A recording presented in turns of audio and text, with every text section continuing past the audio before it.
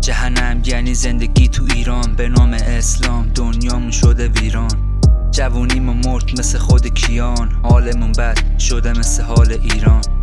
تو هوا زدم بخه بقیه رو، کاری کردن از زندگی خوبی نبینیم. دود اسلام رفت تو چش و حلق همه، همین باعث شده که همه خفه ای.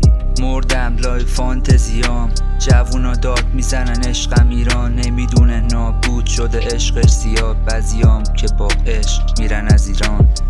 ولی میخونیم همگی شعار با هم دیگه، زن زندگی آزادی. میبریم سر همشونو، سرانجامش میهن خوب آبادی.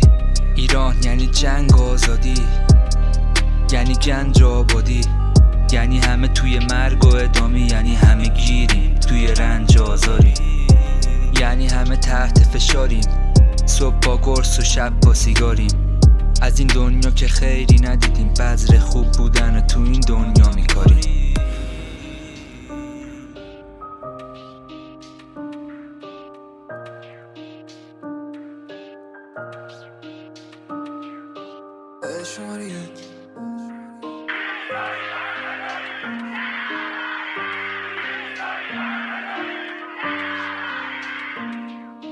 به یادم اساد، نیکو، اسرا و مینا، مهشاد و مجید، نوید و حمید و کیان، محسن و عنانه، حدیث و مهران، سارینا، خدا نور، غزاله، آیلال، مینو، آیدا، آریان، عارف، رامین، نگین، سینا، علی و ساسان، افشین، مالده، آرنیکا، کیوان، صدف، فرشته، هادی، آیناس، پریسا، شیرین، ستاره، نسیم، نادیا. مادر رو میخوابونم، بچه ها رو زیر خاک، ایرانمونم از ظلم و ستم میشه پاک. قد باتوممونه رو تن من یادگار، ایرانی یعنی غیرت، یعنی افتخار.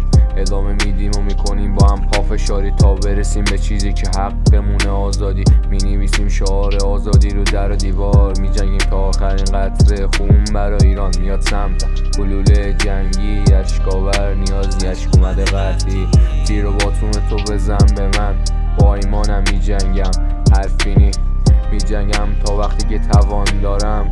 همه میخونیم یه شعار رو با هم، نمیذاریم اینجا هی بشه ویران. زن زندگی آزادی، زنده باد ایران.